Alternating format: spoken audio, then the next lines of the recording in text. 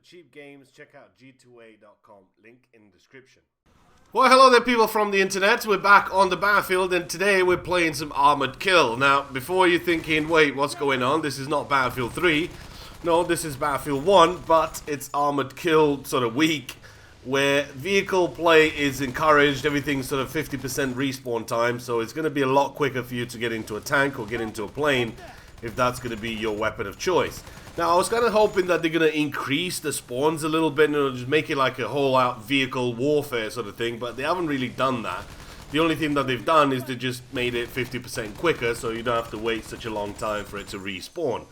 Now, there is a few issues with this, because like I said in many videos before, people do tend to bail a lot. You know, there has to be some sort of animation in there where you're kind of sort of stuck in the plane a little bit before you're trying to get out, rather than just press E and that's it, you've bailed and then that's it. He'd rather just bail out in the middle of nowhere. Like, I've nearly had this guy and then he just decides, yeah, I'm kind of fucked, I'm just going to bail because it don't matter now. I'm just going to take a death in no man's land because there's no point in just letting him kill me. I mean, if you sort of wanting to get into piloting and flying and things like that, if you've been bested by somebody and it's just happened that he's just a little bit better, or maybe he caught you off guard, that you low health, AA was shooting at you or whatever, and you've got low health, give him the kill. That's the manly thing to do, you know, be a man, take a death and then just come back for your revenge. It's just that simple. Don't bail out in the middle of nowhere, because that is not cool, bruv. That is not cool. Now, another thing on the Armored Kill is that you're not going to have any recons. You know, there's not going to be any snipers around because that's been completely turned off, and self-loading rifles have also been turned off, so technically there's no medics, even though you can still play as a medic by just using a pistol. I mean, it's not really something I advise because you're going to be bested by a lot of people just going around with a pistol, but you can still revive and you can still be helpful to your team by being a medic and just sort of staying back a little bit more. But then again, you only have the one pistol, so you're not going to be doing too much damage yourself, but you can still do a little bit of teamwork, as it were. You can still do a bit to your team and just help them out and revive them and throw med packs and things like that, but you can't actually use a primary weapon for it. And that's kind of it. That's nothing really any more to it. It's just that simple. Vehicles have been reduced to 50%, no recons, and basically no medics, because nobody really wants to play without a gun. You can only just play with a pistol. So that's kind of it for this game mode, and it's getting to a point now when I'm just sort of thinking, how long can I go without getting a battle pack? You know, everybody knows that the battle pack system is not really something that they've looked into too much. It just sort of works, and it doesn't work.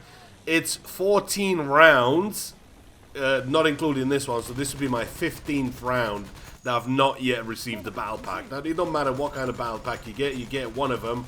If you do fairly well, it doesn't matter how you do, you can join a match and you get a battle pack within a minute. Or you can be MVP on the sort of MVP scoreboard list thingy every single match and still don't get one. And that's kind of my rotten bit of lucky. I don't know if it's just unlucky, if it's broken, if it's something's going on, but 15 rounds, goddamn, and not getting a single battle pack. And the only reason I wanted, I mean, I've mentioned this before, I don't really care for the skins for things like that, but I love the skins for the vehicles, and I kind of wanted to get the, what was it, Dazzle Bronze or something like that. It was for the tank, and it was also the Black Falcon or something like that, I think it was called, for the little fighter plane. So I kind of wanted to get those two, but nope, not going to get any of those because I've tried using a lot of my battle pack money and scraps and things like that, well, not money, scraps that I had, just to get the gold variation of the big tank in the previous one, which I didn't really know that they actually had a 0.00 million chance of you getting it. Now they started adding, oh, it's going to be super rare. So a lot of people are kind of pissed off that they paid a lot of money to try and get that when there was literally no chance for them to get it. I know DICE came back later on with a message saying, well, we've increased the spawn rate of that, or the chances of getting that thing. So that's kind of not cool, because I've already spent $50, $100 trying to get that skin. Then I realized you can't actually get it. So will I get a refund?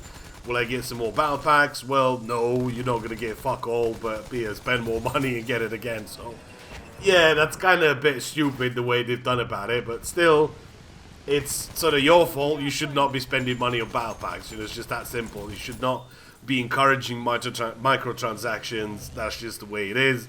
Get it when you get it. At the end of the day, it's a skin. But then again, we'll come back to CS:GO. You know, it's going.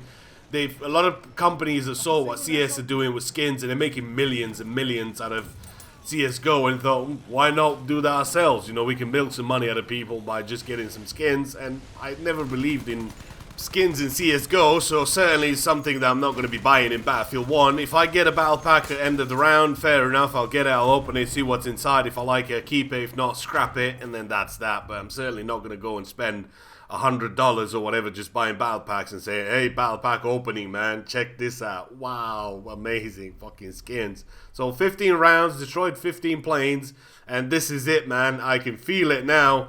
I'm gonna get the battle pack right now. I just know it. Yes, come to daddy. And yes, I'm done.